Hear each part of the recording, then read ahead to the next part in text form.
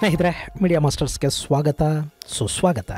ಗೆಳೆಯರೆ, ಇದು ತುಂಬ ತಡ ಆಯಿತು ಅಂತ ಅನಿಸಿದರೂ ಕೂಡ ಕೇಂದ್ರ ಸರ್ಕಾರ ಒಂದು ಅತ್ಯಂತ ಮಹತ್ವದ ನಿರ್ಧಾರ ತಗೊಳ್ಳೋದಕ್ಕೆ ಹೋಗ್ತಾ ಇದೆ. ಇದರಿಂದಾಗಿ ಇಷ್ಟು ದಿನ ಬೆಟ್ಟು ಮಾಡಿದ ಆಸ್ತಿಯೆಲ್ಲ ನಂದೆ ಅಂತ ಹೇಳ್ತಾ ಇದ್ದ ವಕ್ಫ್ಗೆ ಒಂದಷ್ಟು ಕಡಿವಾಣ ಬೀಳೋ ಸಾಧ್ಯತೆ ಇರುತ್ತೆ. ಹಾಗೆ ಈ ನಿರ್ಧಾರ ಭಾರತದಲ್ಲಿ ಇನ್ಯಾವ ಪ್ರತಿಭಟನೆಗಳಿಗೆ, ವಿಪಕ್ಷಗಳ ಆಕ್ರೋಶಕ್ಕೆ, ವೋಟ್ ಬ್ಯಾಂಕ್ ರಾಜಕಾರಣಕ್ಕೆ, ಒಂದು ಕೋಮಿನ ಅಸಹನೆಗೆ ಕಾರಣ ಆಗುತ್ತೋ ಅನ್ನೋ ಕುತೂಹಲ ಕೂಡ ಹೆಚ್ಚಾಗ್ತಾ ಇದೆ. ಹಾಗಾದರೆ ಸರ್ಕಾರ ಮಾಡೋದಕ್ಕೆ ಹೋಗ್ತಾ ಇರೋದೇನು? ವಕ್ಫ್ ಕಾನೂನುಗಳಿಗೆ ತಿದ್ದುಪಡಿಯನ್ನು ಯಾಕೆ ತರೋದಕ್ಕೆ ಹೋಗ್ತಾ ಇದ್ದಾರೆ? ಏನು ತಿದ್ದುಪಡಿ ತರ್ತಾರೆ? ಇಷ್ಟಕ್ಕೂ ಈ ವಕ್ಫ್ ಅಂದರೆ ಏನು? ಭಾರತದಲ್ಲಿ ವಕ್ಫ್ ಆ್ಯಕ್ಟ್ ಅನ್ನೋದು ಯಾವಾಗ ಜಾರಿಯಾಯಿತು? ಇದು ಜಗತ್ತಿನ ಇನ್ನಿತರ ಇಸ್ಲಾಮಿಕ್ ದೇಶಗಳಲ್ಲಿದೆಯಾ? ಆ ಬಗ್ಗೆ ಒಂದಷ್ಟು ಮಾಹಿತಿಯನ್ನು ನಾವಿಲ್ಲಿ ನೋಡೋಣ. ಅದಕ್ಕೂ ಮುಂಚೆ ನಿಮಗೊಂದು ವಿಷಯ ತಿಳಿಸಬೇಕಿದೆ. ಸ್ನೇಹಿತರೆ, ಸಂಸ್ಕೃತ ಕಲಿಬೇಕು ಅನ್ನೋದು ಸಾಕಷ್ಟು ಜನರ ಆಸೆ. ಇನ್ನು ಕೆಲವರು ನಮಗೆ ಕಲಿಯೋದಕ್ಕಾಗಲಿಲ್ಲ, ನಮ್ಮ ಮಕ್ಕಳಾದರೂ ಸಂಸ್ಕೃತದ ಶ್ಲೋಕಗಳು, ಸಂಸ್ಕೃತಿ, ಸಂಸ್ಕಾರ ಇದೆಲ್ಲವನ್ನ ಕಲಿಬೇಕು ಅಂದ್ಕೋತಾರೆ. ಆದರೆ ಶಾಲೆ, ಕಚೇರಿ, ಬೇರೆ ಬೇರೆ ಕೆಲಸಗಳ ನಡುವೆ ಅದು ಸಾಧ್ಯವಾಗೋದು ಕಷ್ಟ ಆಗುತ್ತೆ. ಜೊತೆಗೆ ಕಲಿಸೋರು ಯಾರು? ಇನ್ನು ಈ ಬಗ್ಗೆ ಚಿಂತೆ ಮಾಡೋದಕ್ಕೆ ಹೋಗಬೇಡಿ. ನೀವು ನಿಮ್ಮ ಮನೆಯಲ್ಲಿ ಕೂತ್ಕೊಂಡು ನಿಮಗೆ ಅನುಕೂಲವಾಗುವ ಸಮಯದಲ್ಲಿ ನೀವು ಮತ್ತು ನಿಮ್ಮ ಮಕ್ಕಳು ಇಬ್ಬರು ಕೂಡ ಆನ್ಲೈನ್ ಮೂಲಕನೇ ಸಂಸ್ಕೃತವನ್ನು ಕಲಿಯೋದಕ್ಕೆ ಸಾಧ್ಯ ಆಗುತ್ತೆ. ನವದೆಹಲಿಯ ಕೇಂದ್ರೀಯ ಸಂಸ್ಕೃತ ವಿಶ್ವವಿದ್ಯಾಲಯದ ಮುಕ್ತ ಸ್ವಾಧ್ಯಾಯ ಪೀಠ ನಮಗಂಥದ್ದೊಂದು ಅವಕಾಶವನ್ನು ಒದಗಿಸಿಕೊಡ್ತಾ ಇದೆ. 8 ರಿಂದ 14 ವರ್ಷದ ಮಕ್ಕಳಿಗೆ ನೈತಿಕ ಶಿಕ್ಷಣ, 12 ವರ್ಷ ಮೇಲ್ಪಟ್ಟವರಿಗೆ ಸಂಸ್ಕೃತ ಭಾಷಾವತರಣಿ ಸೇರಿದ ಹಾಗೆ ಹಲವು ವಿಭಾಗಗಳನ್ನು ಅವರು ಪರಿಚಯಿಸ್ತಾ ಇದ್ದಾರೆ. ಮಕ್ಕಳಿಗೆ ಸಂಸ್ಕೃತದ ಜೊತೆಗೆ ನೀತಿಕಥೆಗಳು, ಶ್ಲೋಕಗಳು, ಭಜನೆಗಳ ಮೂಲಕ ಇವತ್ತಿನ ಮಕ್ಕಳು ತುಂಬ ಮಿಸ್ ಮಾಡಿಕೊಳ್ತಾ ಇರೋ ನೈತಿಕ ಶಿಕ್ಷಣವನ್ನು ಕೊಡಲಾಗುತ್ತೆ. ಇನ್ನು ನೀವು ಕೂಡ ಸಂಸ್ಕೃತ ಕಲಿಬಹುದು. ಸಂಸ್ಕೃತ ಓದೋದು, ಮಾತಾಡೋದು, ಬರೆಯೋದು ಎಲ್ಲವನ್ನ ಕಲಿಸ್ತಾರೆ. ಇದು ಕೇಂದ್ರೀಯ ಸಂಸ್ಕೃತ ವಿಶ್ವವಿದ್ಯಾಲಯದ ಕಾರ್ಯಕ್ರಮ.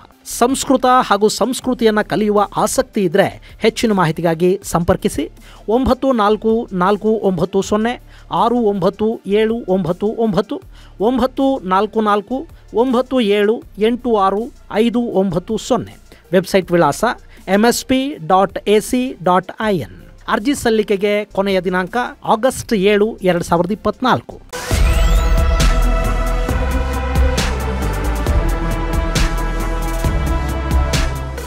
ಕೇಂದ್ರ ಸರ್ಕಾರ ವಕ್ಫ್ ಬೋರ್ಡ್ ಕಾನೂನುಗಳಲ್ಲಿ ಒಂದಷ್ಟು ಬದಲಾವಣೆಗಳನ್ನು ತರೋದಕ್ಕೆ ಹೋಗ್ತಾ ಇದೆ.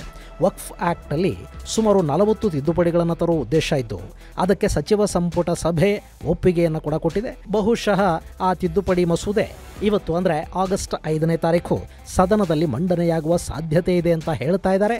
ಯಾಕೆಂದರೆ ಈ ಹಿಂದೆ ಆಗಸ್ಟ್ 5ನೇ ತಾರೀಖೇ ಆರ್ಟಿಕಲ್ 370 ರದ್ದು ಮಾಡುವ ಮಹತ್ವದ ನಿರ್ಧಾರವನ್ನು ಕೇಂದ್ರ ಸರ್ಕಾರ ಲೋಕಸಭೆಯಲ್ಲಿ ಪ್ರಕಟಿಸಿತ್ತು. ಹೀಗಾಗಿ ಈ ವಕ್ಫ್ ತಿದ್ದುಪಡಿ ಮಸೂದೆ ಕೂಡ ಆಗಸ್ಟ್ 5ರಂದು ಮಂಡನೆ ಆಗಬಹುದು ಅಂತ ಹೇಳ್ತಾ ಇದ್ದಾರೆ. ಗೆಳೆಯರೆ, ವಕ್ಫ್ ಬೋರ್ಡ್ ಬಗ್ಗೆ ನೀವು ಕೇಳಿರ್ತೀರಿ, ಆದರೆ ಅದಕ್ಕಿರುವ ಶಕ್ತಿಯ ಬಗ್ಗೆ ನಿಮ್ಮಲ್ಲಿ ಸಾಕಷ್ಟು ಜನಕ್ಕೆ ಗೊತ್ತಿರಲಿಕ್ಕಿಲ್ಲ. ಕಳೆದ ವರ್ಷ ತಮಿಳುನಾಡಿನ ಶ್ರೀರಂಗಂ ಸಮೀಪದ ತಿರುಚಂದುರೈ ಅನ್ನೋ ಊರೇ ನಮ್ದು ಅಂತ ವಕ್ಫ್ ಬೋರ್ಡ್ ಕ್ಲೈಮ್ ಮಾಡಿಕೊಂಡು ಬಿಡ್ತು. ಆ ಊರಲ್ಲೊಂದು ಶಿವ ದೇವಾಲಯ ಇತ್ತು. ಅದು ಸುಮಾರು 1500 ವರ್ಷಗಳ ಹಳೆಯದು. ಅಂದರೆ ಇಸ್ಲಾಂ ಅನ್ನೋದು ಹುಟ್ಟೋದಿಕ್ಕೂ ಮೊದಲು ಕಟ್ಟಿದ್ದ ಶಿವ ದೇವಾಲಯ ಅದು. ಆ ಪುರಾತನ ಮಂದಿರ, ಅದಕ್ಕೆ ಸೇರಿದ ಜಮೀನುಗಳು, ಅಲ್ಲಿನ ಜನ ಉಳುಮೆ ಮಾಡ್ತಾ ಇದ್ದ, ಅವರು ವಾಸ ಮಾಡ್ತಾ ಇದ್ದ ನೆಲ, ಒಟ್ಟಾರೆ ಊರೇ ನಮ್ಮದು, ನಮಗೆ ಸೇರಬೇಕಾದ್ದು, ಇದು ವಕ್ಫ್ ಪ್ರಾಪರ್ಟಿ ಅಂತ ತಮಿಳುನಾಡಿನ ವಕ್ಫ್ ಬೋರ್ಡ್ ಬಂದುಬಿಡ್ತು. ಅದರ ಬೆನ್ನಲ್ಲೇ ತಮಿಳುನಾಡಿನ ರಾಣಿಪೇಟೆ ಬಳಿಯ ಹಳ್ಳಿಯೊಂದರ ಮೇಲೆ ವಕ್ಫ್ ಬೋರ್ಡ್ ಕಣ್ಣು ಹಾಕ್ಕೊಳ್ತು. ಅಲ್ಲಿರೋ ಆಸ್ತಿಯೆಲ್ಲ ನಮಗೆ ಸೇರಬೇಕು ಅಂತ ಅವರು ಹೇಳೋದಕ್ಕೆ ಶುರು ಮಾಡಿದರು. ಆನಂತರ ಈ ಪ್ರಕರಣ ಹೈಕೋರ್ಟ್ನ ಮೆಟ್ಟಿಲೇರಿತು. ಆ ಊರಲ್ಲಿ ವಕ್ಫ್ ಬೋರ್ಡ್ನ ಆಸ್ತಿ ಇದೆಯಾ, ಇದ್ರೆ ಎಲ್ಲಿದೆ ಅನ್ನೋದನ್ನು ಸರಿಯಾಗಿ ಹುಡುಕೊಡಿ ಅನ್ನೋ ನಿರ್ದೇಶನವನ್ನು ನ್ಯಾಯಾಲಯ ಸರ್ಕಾರಿ ಅಧಿಕಾರಿಗಳಿಗೆ ಕೊಡಬೇಕಾಗಿ ಬಂತು. ಇನ್ನು 2021ರಲ್ಲಿ ದೆಹಲಿಯ ಫ್ಲೈಓವರ್ ಮೇಲೆ ರಾತ್ರೋರಾತ್ರಿ ಯಾರೋ 4 ಕಲ್ಲುಗಳನ್ನು ಜೋಡಿಸಿ ಅದರ ಮೇಲೊಂದು ಹಸಿರು ಬಟ್ಟೆ ಹೊದಿಸಿ ಅದಕ್ಕೆ ಹೂ ಹಾಕಿದರು. ಆಮೇಲೆ ಅದರ ಸುತ್ತ ಒಂದು ಗೋಡೆ ಕಟ್ಟಿ ಈ ದರ್ಗಾ ನಮ್ಮದು ಅಂತ ಹೇಳಿಕೊಂಡು ಕೂತುಬಿಟ್ರು. ಅರೆ, ಫ್ಲೈಓವರ್ ಮೇಲೆ ಯಾರನ್ನಾದರೂ ಸಮಾಧಿ ಮಾಡೋದಕ್ಕೆ, ದರ್ಗಾ ಮಜಾರ್ ಕಟ್ಟೋದಕ್ಕೆ ಸಾಧ್ಯನೇನ್ರಿ? ಅವರು ಮಾಡಿಬಿಟ್ರಪ್ಪ. ಆಮೇಲೆ ಜನ ಗಲಾಟೆ ಮಾಡಿದ ಮೇಲೆ ಅದನ್ನು ತೆರವುಗೊಳಿಸಲಾಯಿತು. ಹಾಗಲ್ಲದೆ ಇದ್ದಿದ್ರೆ ಅಲ್ಲೊಂದು ಸಣ್ಣ ದರ್ಗಾ ಶಾಶ್ವತವಾಗಿದ್ದು ಬಿಡ್ತಾ ಇತ್ತೋ ಏನೋ. ಇನ್ನು ಅಹಮದಾಬಾದಲ್ಲಿ ಮುನ್ಸಿಪಲ್ ಕಚೇರಿಯ ಬಿಲ್ಡಿಂಗನ್ನೇ ಇದು ನಮ್ಮದು, ವಕ್ಫ್ ಪ್ರಾಪರ್ಟಿ ಅಂತ ಸುನ್ನಿ ವಕ್ಫ್ ಬೋರ್ಡ್ ಕೂತುಬಿಡ್ತು. ಆನಂತರ ಪ್ರಕರಣ ಅಲ್ಲಿನ ಹೈಕೋರ್ಟ್ನ ಮೆಟ್ಟಿಲೇರಬೇಕಾಗಿ ಬಂತು. ಇದೆಲ್ಲ ಆಗ್ತಾ ಇರುವಾಗಲೇ ಉತ್ತರ ಪ್ರದೇಶದಲ್ಲಿನ ವಕ್ಫ್ ಆಸ್ತಿ ಎಷ್ಟಿದೆ ಅನ್ನೋದನ್ನು ಅಳತೆ ಮಾಡ್ತೀವಿ ಅಂತ ಯೋಗಿ ಆದಿತ್ಯನಾಥ್ ಹೇಳಿದರು. ಇದು ಒಂದಷ್ಟು ಮುಸ್ಲಿಮರು ಹಾಗೂ ಅಲ್ಲಿನ ಪ್ರತಿಪಕ್ಷಗಳ ಕೆಂಗಣ್ಣಿಗೆ ಕಾರಣ ಆಯಿತು.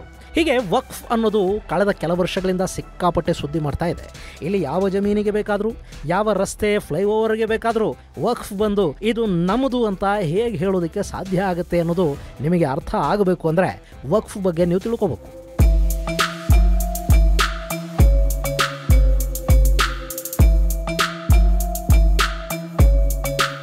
ಇಲ್ಲಿ ಭಾರತದ ವಕ್ಫ್ ಬೋರ್ಡ್ ಕಾನೂನುಗಳು ಅದನ್ನ ಎಷ್ಟು ಶಕ್ತಿಶಾಲಿ ಮಾಡಿವೆ ಅಂದ್ರೆ ಈ ದೇಶದ ಯಾವುದೇ ಪ್ರಾಪರ್ಟಿ ಕೂಡ ಅವರಿಗೆ ಕನಸಲ್ಲಿ ಬಂದು ಇದು ವಕ್ಫ್ ಬೋರ್ಡ್ ಪ್ರಾಪರ್ಟಿ ಅಂತ ಅನ್ನಿಸಿಬಿಟ್ರೂ ಸಾಕು, ಅವ್ರು ಅದನ್ನ ಬಂದು ಕ್ಲೈಮ್ ಮಾಡ್ಕೊಂಡು ಬಿಡೋದಕ್ಕೆ ಸಾಧ್ಯ ಆಗುತ್ತೆ. ಹಾಗೆ ಹೇಳೋದಕ್ಕೆ ಅವ್ರ ಬಳಿ ಯಾವ ದಾಖಲೆಗಳು, ಸಾಕ್ಷಿ ಆಧಾರಗಳ ಅಗತ್ಯನೂ ಇರೋದಿಲ್ಲ.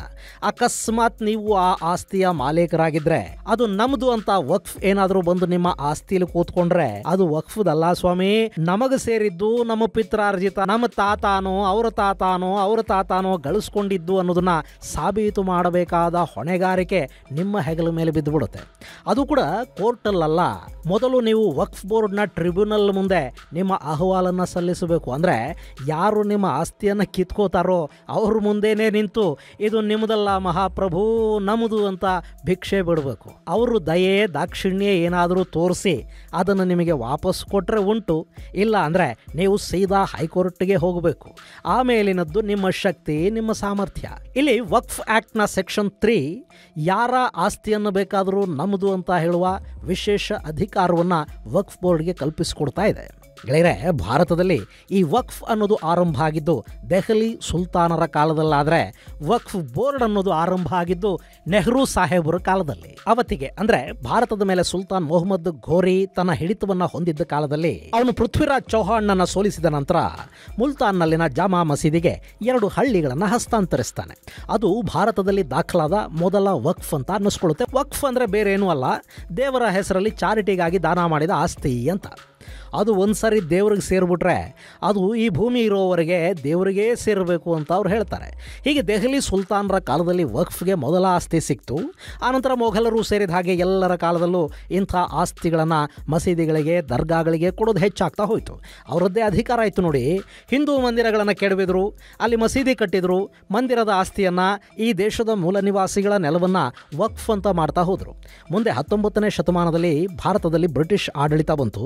ಆಗ ವಕ್ಫ್ ಅನ್ನೋದನ್ನು ಬ್ರಿಟಿಷ್ ನ್ಯಾಯಾಲಯ ರದ್ದು ಮಾಡಿತು. ಆದರೆ ಈ ಬಗ್ಗೆ ತೀರ್ಪು ಕೊಟ್ಟಿದ್ದು ಬ್ರಿಟನ್ನ ನ್ಯಾಯಾಲಯ. ಮತ್ತು ಅಷ್ಟೊತ್ತಿಗಾಗಲೇ ಭಾರತದಲ್ಲಿ ಮುಸಲ್ಮಾನ್ ವಕ್ಫ್ ವ್ಯಾಲಿಡೇಟಿಂಗ್ ಆಕ್ಟ್ 1931 ಅನ್ನೋದು ರಚನೆ ಆಗಿತ್ತು. ಹೀಗಾಗಿ ಬ್ರಿಟನ್ ನ್ಯಾಯಾಲಯದ ಆದೇಶ ಭಾರತದಲ್ಲಿ ಪಾಲನೆ ಆಗಲಿಲ್ಲ. ಅಲ್ಲಿಗೆ ವಕ್ಫ್ ಆಸ್ತಿಗಳು ಹಾಗೆ ಉಳ್ಕೊಂಡು ಬಿಟ್ವು. ಆದರೆ ಆಗ ವಕ್ಫ್ಗೆ ವಿಶೇಷವಾಗಿ ಯಾವ ಅಧಿಕಾರನೂ ಇರಲಿಲ್ಲ. ಮುಂದೆ ಭಾರತಕ್ಕೆ ಸ್ವಾತಂತ್ರ್ಯ ಬಂತು, ಪಾಕಿಸ್ತಾನದ ವಿಭಜನೆ ಆಯಿತು. ಒಂದಷ್ಟು ಜನ ಇಲ್ಲಿದ್ದ ಮುಸಲ್ಮಾನರು ಪಾಕಿಸ್ತಾನಕ್ಕೆ ಹೋದರು, ಇನ್ನೊಂದಷ್ಟು ಜನ ಇಲ್ಲೇ ಉಳ್ಕೊಂಡ್ರು. ಆ ಸಂದರ್ಭದಲ್ಲಿ ದೇಶ ಬಿಟ್ಟು ಹೋದ ಮುಸ್ಲಿಮರ ಆಸ್ತಿ ಮುಸ್ಲಿಮರಿಗೆ ಉಳಿಬೇಕು ಅಂತ ನೆಹರು ಸರ್ಕಾರ ಯೋಚನೆ ಮಾಡ್ತು. ಹೀಗಾಗಿ ಅವರು 1954ರಲ್ಲಿ ವಕ್ಫ್ ಆ್ಯಕ್ಟನ್ನು ಪಾಸ್ ಮಾಡೋ ಮೂಲಕ ವಕ್ಫ್ ಆಸ್ತಿಯನ್ನು ಸೆಂಟ್ರಲೈಸ್ ಮಾಡೋ ಕೆಲಸವನ್ನು ಮಾಡಿದರು. 1964ರಲ್ಲಿ ಸೆಂಟ್ರಲ್ ವಕ್ಫ್ ಬೋರ್ಡ್ನ ಸ್ಥಾಪನೆ ಕೂಡ ಆಯಿತು. ಮುಂದೆ 1995ರಲ್ಲಿ ಅಂದರೆ ಬಾಬರಿ ಮಸೀದಿ ಧ್ವಂಸ ಆಗಿ ಭಾರತದಲ್ಲಿನ ಮುಸಲ್ಮಾನರು ಸಿಕ್ಕಾಪಟ್ಟೆ ಸಿಟ್ಟು ಮಾಡ್ಕೊಂಡಿದ್ರಲ್ಲ, ಆಗ ಅವರನ್ನು ಓಲೈಸೋದಕ್ಕೆ ಅವತ್ತಿನ ಕಾಂಗ್ರೆಸ್ ಸರ್ಕಾರ ವಕ್ಫ್ ಆ್ಯಕ್ಟ್ 1995 ಜಾರಿಗೆ ತಗೊಂಡು ಬಂತು. ಅದರ ಮೂಲಕ ಎಲ್ಲ ರಾಜ್ಯಗಳು ಹಾಗೂ ಕೇಂದ್ರ ಆಡಳಿತ ಪ್ರದೇಶಗಳಲ್ಲಿ ವಕ್ಫ್ ಬೋರ್ಡ್ ರಚನೆಗೆ ಅವಕಾಶವನ್ನು ಕೊಡಲಾಯಿತು. ಅಲ್ಲಿ ಕೊಟ್ಟರು ನೋಡಿ ವಿಶೇಷ ಅಧಿಕಾರಗಳನ್ನು. ಅದೇ ಇವತ್ತು ಭಾರತದ ಯಾವ ಆಸ್ತಿಯನ್ನು ಬೇಕಾದರೂ ಅವರು ತಮ್ಮದಾಗಿಸಿಕೊಂಡು ಬಿಡೋ ಅವಕಾಶವನ್ನು ಕಲ್ಪಿಸಿಕೊಡ್ತಾ ಇರೋದು. ಯಾವ ಆಸ್ತಿಯನ್ನು ವಕ್ಫ್ ನಮ್ಮದು ಅಂದ್ಕೊಂಡ್ರೂ ಕೂಡ ಅದು ಅವರದ್ದೇ ಆಗಿ ಹೋಗುತ್ತೆ. ಅದಕ್ಕೆ ಅವರು ದಾಖಲೆಗಳನ್ನು ಇಟ್ಟುಕೊಂಡಿರಬೇಕು ಅಂತೇನಿಲ್ಲ. ವಕ್ಫ್ ಬೋರ್ಡ್ನ ಆಸ್ತಿ ವಿವಾದಗಳನ್ನು ಅಂದರೆ ಅವರು ನಮ್ಮದು ಅಂತ ಹೇಳಿದ ಆಸ್ತಿಯ ಬಗ್ಗೆ ಯಾರಿಗಾದರೂ ಡಿಸ್ಪ್ಯೂಟ್ ಇದ್ರೆ ವಕ್ಫ್ ಬೋರ್ಡ್ನ ಟ್ರಿಬ್ಯುನಲ್ಗೆ ಹೋಗಬೇಕೇ ಹೊರತು ಸಿವಿಲ್ ನ್ಯಾಯಾಲಯಕ್ಕೆ ಹೋಗೋ ಹಾಗಿಲ್ಲ. ಕೋಡ್ ಆಫ್ ಸಿವಿಲ್ ಪ್ರೊಸೀಜರ್ 1908ನ ಅನ್ವಯ ಸಿವಿಲ್ ಕೋರ್ಟ್ನ ಹಾಗೆ ಕಾರ್ಯನಿರ್ವಹಿಸುವ ಅಧಿಕಾರವನ್ನು ವಕ್ಫ್ ಬೋರ್ಡ್ ಟ್ರಿಬ್ಯುನಲ್ಗೆ ಕೊಡಲಾಯಿತು. ಅಂದರೆ ಯಾರು ನಿಮ್ಮ ಆಸ್ತಿಯನ್ನು ಕಿತ್ಕಾತಾರೋ ಅವರೇ ನ್ಯಾಯ ಕೂಡ ಹೇಳಬೇಕು. ಎಂಥ ಸ್ಥಿತಿ ನೋಡ್ರಿ. ಇದು ಇಷ್ಟಕ್ಕೆ ನಿಲ್ಲಿಲ್ಲ. 2013ರಲ್ಲಿ ಚುನಾವಣೆಗಳು ಹತ್ತಿರ ಬರ್ತಾ ಇರುವಾಗ ಅವತ್ತಿನ UPA ಸರ್ಕಾರ ಈ ವಕ್ಫ್ ಬೋರ್ಡ್ಗೆ ಇನ್ನಷ್ಟು ಅಧಿಕಾರವನ್ನು ಕೊಡ್ತು. ಅಷ್ಟೇ ಅಲ್ಲ, ದೆಹಲಿಯ ಅತ್ಯಂತ ಆಯಕಟ್ಟಿನ ಜಾಗಗಳಲ್ಲಿ ಒಟ್ಟು 123 ಆಸ್ತಿಗಳನ್ನು ಸರ್ಕಾರ ವಕ್ಫ್ಗೆ ಬಿಟ್ಟುಕೊಡ್ತು.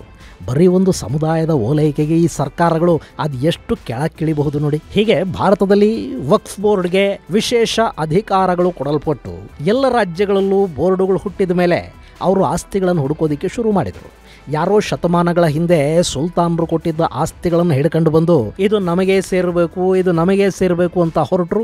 ಗುಜರಾತ್ ಅಲ್ಲಿ ಮುನ್ಸಿಪಲ್ ಕಾರ್ಪೊರೇಷನ್ ಬಿಲ್ಡಿಂಗ್ ಅನ್ನೇ ತನಗೆ ಸೇರಿದ್ದು ಅಂತ ವಕ್ಫ್ ಕ್ಲೈಮ್ ಮಾಡ್ಕೊಳ್ತು. ಆ ಆಸ್ತಿ ಮೊಘಲರ ಕಾಲದಲ್ಲಿ ತಮಗೆ ಕೊಟ್ಟಿದ್ದು.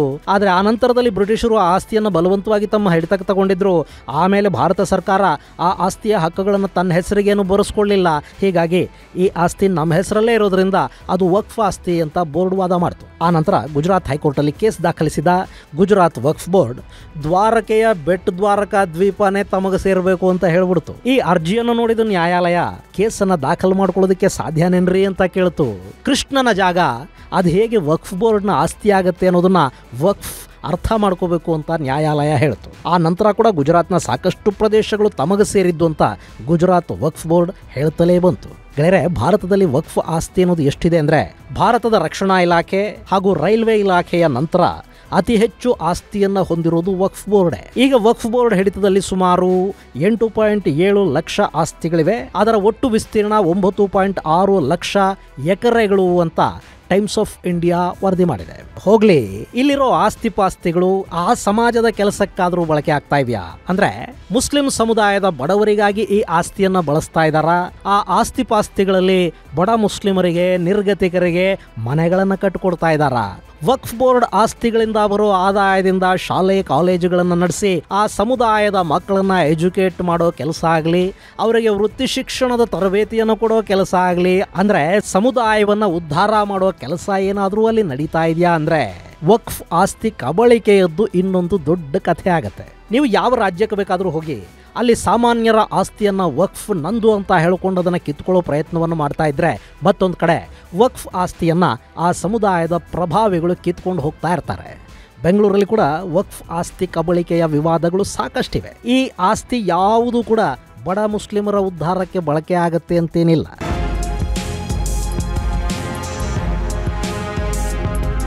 ಇನ್ನು ದೇಶದಾದ್ಯಂತ ವಕ್ಫ್ ಪ್ರಾಪರ್ಟಿಗಳ ಕಬಳಿಕೆ ಹಾಗೆ ಎಲ್ಲ ಆಸ್ತಿಗಳು ನಂದೇ ಅಂತ ಹೇಳೋ ವಕ್ಫ್ನ ಪ್ರವೃತ್ತಿ, ಇದಕ್ಕೊಂದು ಕಡಿವಾಣ ಹಾಕಿ ವಕ್ಫ್ಗೆ ಕೂಡ ಒಂದು ಅಕೌಂಟಬಿಲಿಟಿಯನ್ನು ತರಬೇಕು ಅಂತ ಸರ್ಕಾರ ಹೋಗ್ತಾ ಇದೆ.